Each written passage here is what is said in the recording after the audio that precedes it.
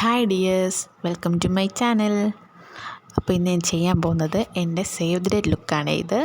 അതൊന്ന് റിക്രിയേറ്റ് ചെയ്യുവാണ്.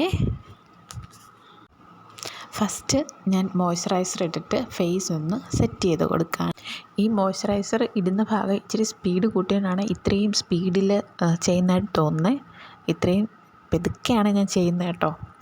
Next eyebrow ഒന്ന് ഫില്ല് ചെയ്ത് കൊടുക്കുവാണേ.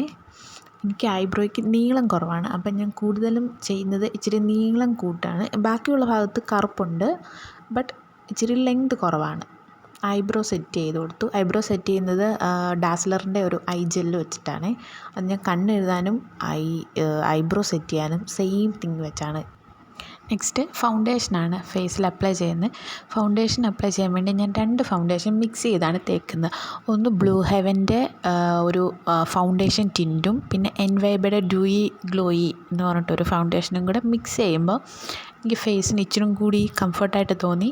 അപ്പോൾ അത് രണ്ടും കൂടെ മിക്സ് ചെയ്താണ് ഞാൻ ഫൗണ്ടേഷൻ സെറ്റ് ചെയ്യുന്നത്. ഇതൊരു മീഡിയം കവറേജാണ്. എനിക്ക് ഹൈ കവറേജ് അത്ര വലിയ ഇഷ്ടമില്ല. എനിക്ക് പുട്ടിയിട്ട പോലെ തോന്നണ്ട, ഒരു നമ്മുടെ സ്കിന്നിനോട് ചേർന്ന് നിൽക്കുന്ന അങ്ങനെയാണ് ഞാൻ ചെയ്യുന്നത്. നെക്സ്റ്റ് വന്ന് ഞാൻ കണ്ണെഴുതുവാണ്. കണ്ണെഴുതുന്നത് ഞാൻ മുമ്പേ പറഞ്ഞ പോലെ ഡാസ്ലറിൻ്റെ ഐ ജെൽ വെച്ചിട്ടാണ്. സൂപ്പർ പ്രോഡക്റ്റാണ് കേട്ടോ.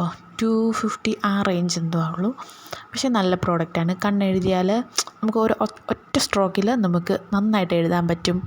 കുറച്ച് ലോങ് ലാസ്റ്റിംഗ് ഇത്തിരി കുറവാണ്, ബട്ട് പ്രോഡക്റ്റ് സൂപ്പറാണ്. നെക്സ്റ്റ് ഞാൻ ഈയിടെ പുതിയതായിട്ട് വാങ്ങിച്ചൊരു പ്രോഡക്റ്റാണ് ലാക്മേയുടെ സ്കിൻ ഇല്ലുമിനേറ്റ്.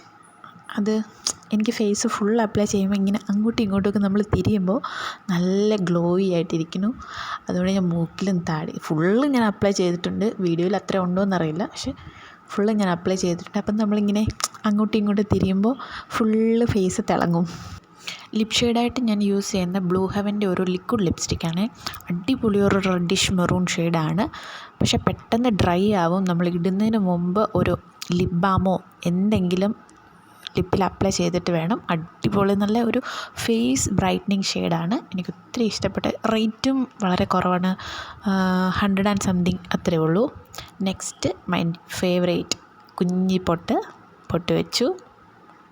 പിന്നെ മസ്കാര ഒന്ന് ഇട്ട് കൊടുക്കുന്നുണ്ട്. മസ്കാര ആണെങ്കിലും ഞാൻ ഒത്തിരി തിക്കായിട്ട് ചെയ്യത്തില്ല, ലൈറ്റായിട്ട്.